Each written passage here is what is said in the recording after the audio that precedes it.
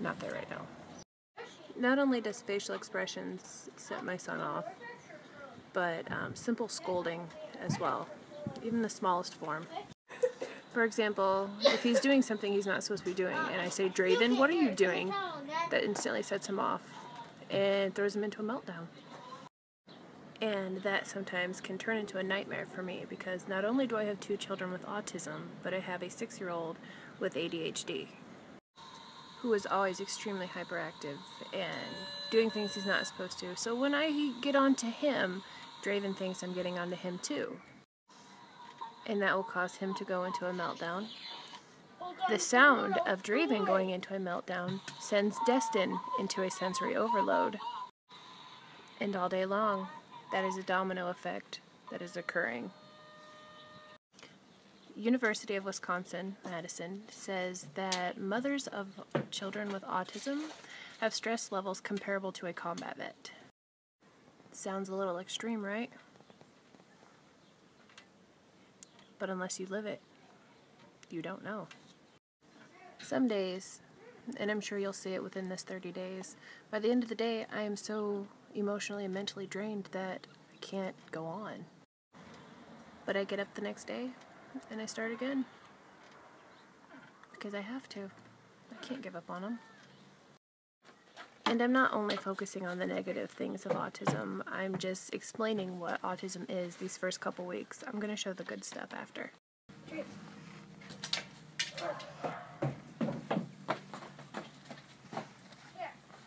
No, Jane, you're supposed to hold it like this. Oh! I got it! It was like... That was super lame.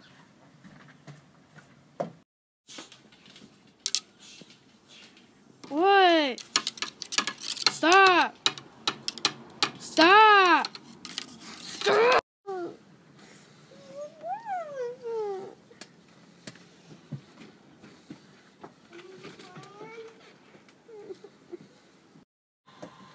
All that I did was look at him with a straight face, like this. Stop! Are you mad at me? Somebody asked me, "Are you telling your kids to say those things? Are you telling them when to do what?" No, I am showing you real life. I can't tell my kids a sentence and say, "All right, say that when I tell you to," because they don't understand that many step instructions.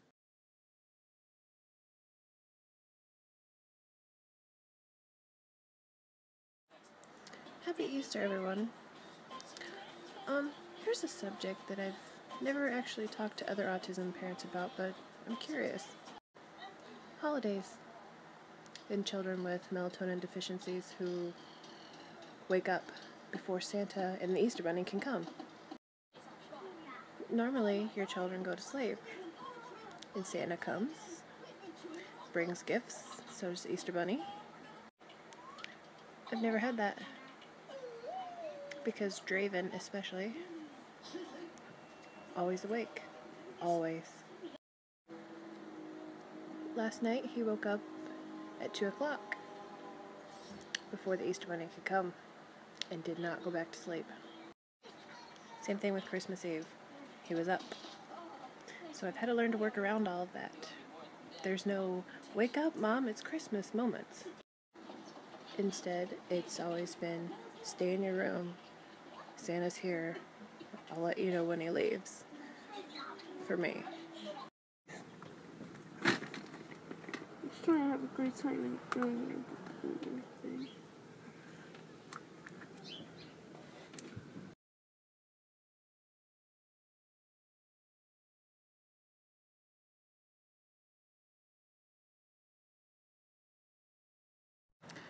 Children with autism have irrational fears. And those fears are very different from the things that you and I fear. Some kids have a fear of everyday objects like crayons, electrical outlets, black TV screens, buttons, certain television shows, certain places where you would go. Just very simple things. And for them, being around that or seeing that is a horrifying experience for them. For example, my oldest son, Draven, had looked at pictures of camel spiders, and he has somehow associated that with the bathroom. So going to the bathroom for him is a horrifying experience. It's something he dreads that really upsets him. Also, the movie Willy Wonka. Even hearing the music that's on that song for him sends him into panic mode. Destin, my youngest, is terrified of rain getting on him, walking in the snow, and elevators. And all it takes is one experience with something that they fear in a certain place, and then they fear that place. I had taken Destin to a football game, and while we were sitting on the bleachers, it rained. And now he's afraid of bleachers. Imagine being in your car on the road and seeing another car coming at you full speed, head on, knowing you're going to get hit, that fear that you would have.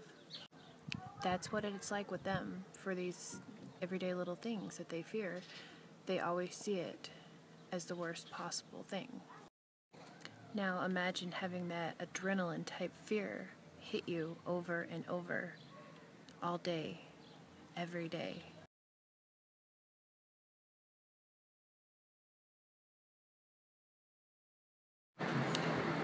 For a lot of kids with autism, the things that they should fear, they don't. Like strangers. Draven, my 10-year-old, is pretty leery of people. He doesn't trust very easily. But Destin sees anybody as a potential person to talk to.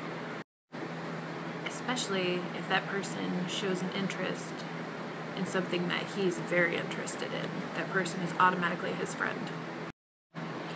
He will go up to random people in a store and say, "Did you see my game? You like my game?" He has no idea who these people are.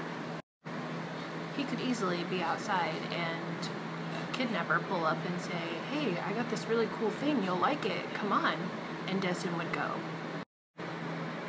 All of these things can be learned through therapy.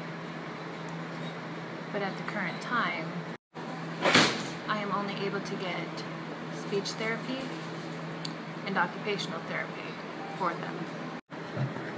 One of the most important therapies they need, especially my youngest, is behavioral therapy. But because there's not enough awareness or knowledge about autism and all the little things about it, insurance companies such as mine won't pay for behavioral therapy because they say they don't see it as necessary. Destin doesn't know how to play with other children. He always ends up hurting them or hurting himself because he just doesn't understand. Behavioral therapy could dramatically help him with that. The out-of-pocket cost for behavioral therapy is about $46,000 a year. And as much as I love my child and would do anything in this world for him, that's just literally not an option for me. While we're talking numbers, they say that the average cost to take care of a person with autism out of pocket would be about $3 million in a lifetime. I am grateful for the 2 therapies that my insurance will pay for. But it just aggravates me that one of the most important therapies that they need to live normally in society with other people, they don't see as necessary. Okay, let's wash your hands, hurry! The bugs hurt me! The bugs!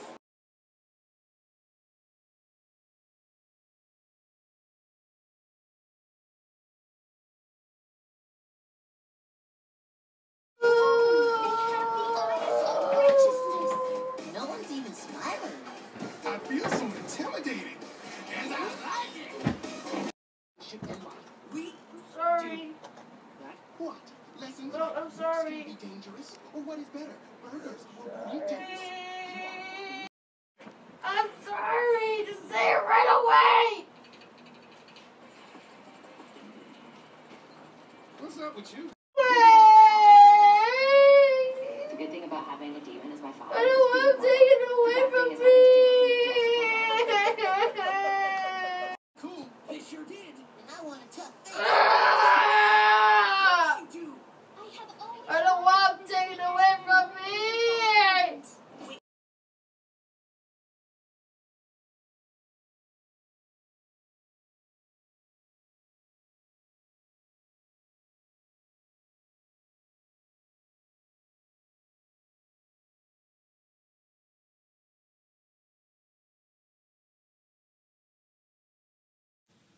The memory that my kids have absolutely blows my mind. Draven can look at something for a minute and then draw it all the way down to the tiniest details. And I'm going to try to put this to the test once he gets home from school by showing him a picture of something and showing you the picture and having him draw it so you can see. We don't normally remember anything before we're 3 or 4 years old, but Draven can remember things that even I don't remember from when he was so young. And when I say they remember everything, they remember everything. So if you make a promise, you better not break that promise. Even if it's a year or 2 years later, they're going to remember that. Songs. I can play a song one time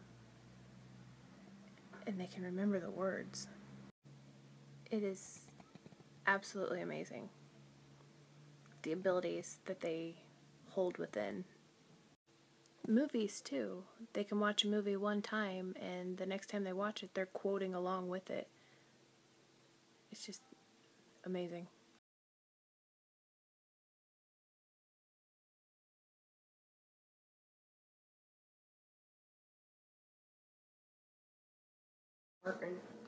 Just look at this picture. You get to look at it for 1 minute and then I want you to draw it, okay? Mm-hmm.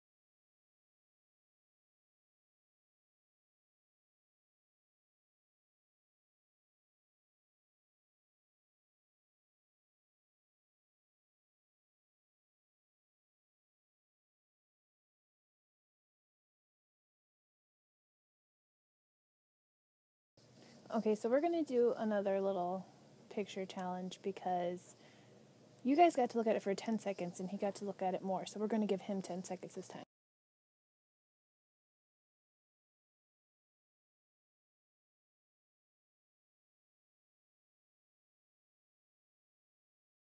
Okay, 10 seconds.